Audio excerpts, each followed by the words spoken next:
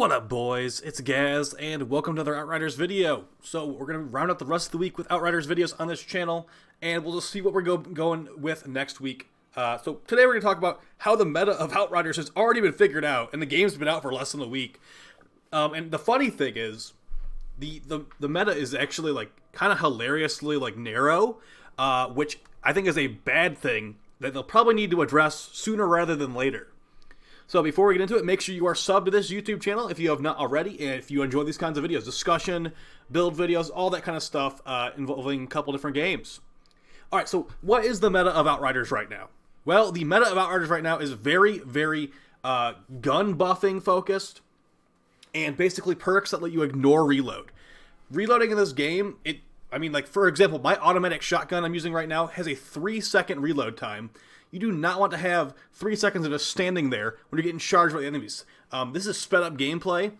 Because the thing is, in these end game expeditions, they are time based. As you can see right there, the timer. The longer you're in the mission, the worse your rewards are. Not to mention the longer the longer it takes to like kill stuff, the more the enemies can just like attack you and kill you. So yeah, it's basically just go full damage.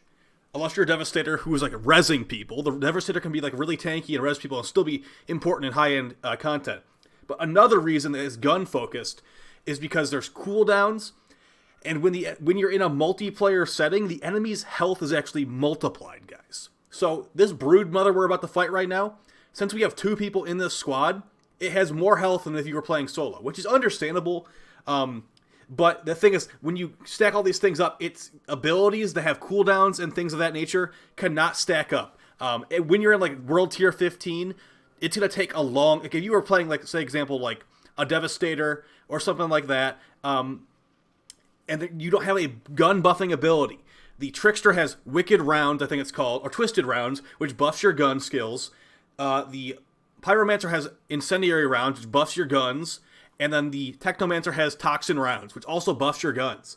As you can see right here, these things are important. Another really powerful thing that's basically part of the meta right now is the Perpetuum Modem. We've talked about that actually quite a bit on this channel already.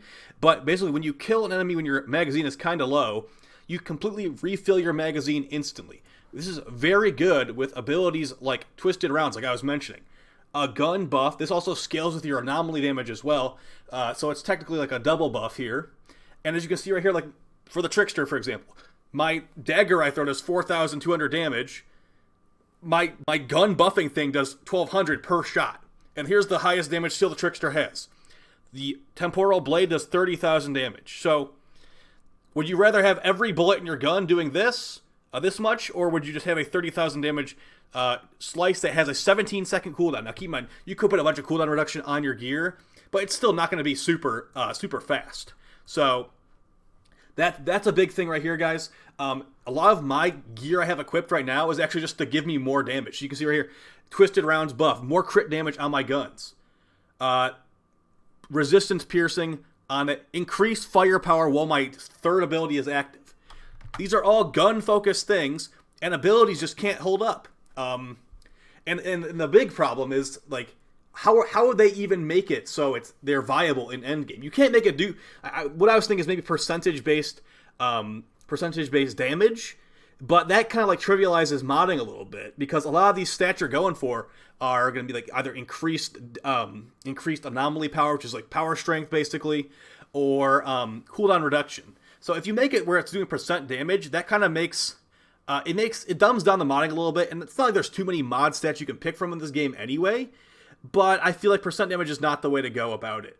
Another thing they could do is maybe reduce the cooldowns even further on these abilities, but that might make another issue altogether where you're farming low-level stuff way too fast. I don't know. That maybe just reducing cooldowns across the board, maybe buffing the base damage amounts for some of these abilities could help, but as you can see right here, like... these enemies become gigantic sponges when you're in a multiplayer setting at higher world tiers for these expeditions. So that's the thing. And like I said, the Devastator, it's the one class out of the 4 that does not have a gun buffing skill, like Wicked, Twisted Rounds, or Incendiary Rounds. So the Devastator is basically a res bot at high levels, and it can do some CC as well. The CC is not useless, to be fair, but it's basically just a res bot, because it can be extremely tanky, more tanky than any other class. Like, I've tried a Trickster tank build.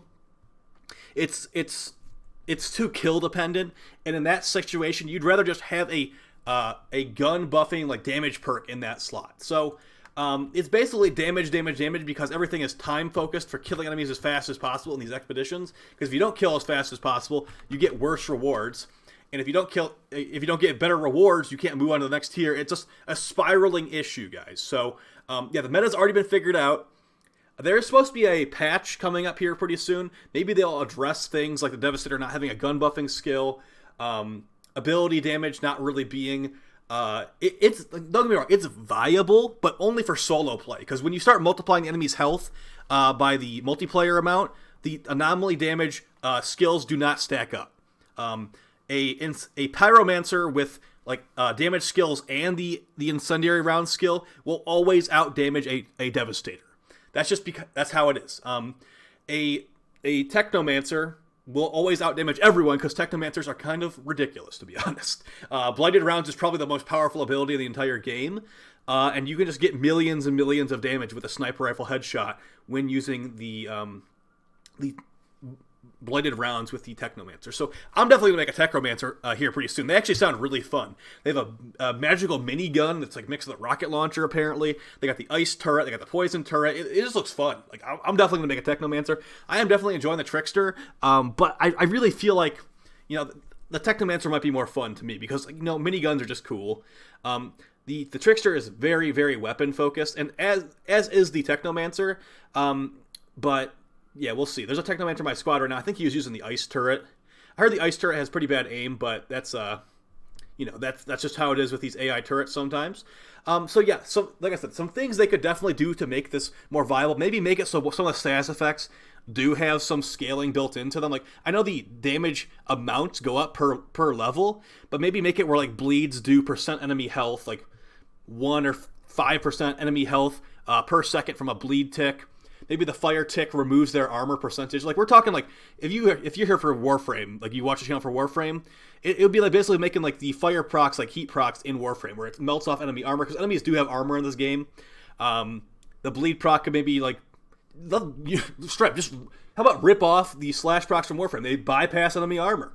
There you go. That means, because some of the AoE abilities do have built-in bleed procs, that wouldn't help the nuker build for the Trickster at all, but I feel like the Trickster is not really a nuker class in the first place. They're more of a CC, battlefield control kind of class, with some gun buffs thrown into the mix as well.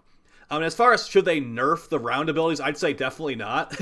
Honestly, at high levels, they're like the only things that are viable in the first place. When you're multiplying the enemy's health with the multiplayer buff, honestly, like the gun buffing skills, that's why people are using them, because it's the only thing that's actually viable. These enemies are gigantic bullet sponges. Even with like a completely maxed out build, you're going to need to shoot them a bunch, unless you're a Technomancer with a sniper rifle. So I'll talk to you guys next time. Hopefully this was thought-provoking. Let me know how you would change this, how you would make it so it's not just gun buffing skills all the way, or maybe you feel like that's appropriate. In my opinion, it's making lots of the mods kind of useless. Like, Memento Mobile is basically one of the only good mods, and then other mods that can like give you like reload reduction or reload prevention or like gun buffs is basically all people are running. Like I said, I was trying to make a tank build for the Trickster. It was kind of meh. At tier 15, it's not going to do anything. But we might still make a video on that in the future. All right, guys, take it easy, and thanks for all the support. Peace.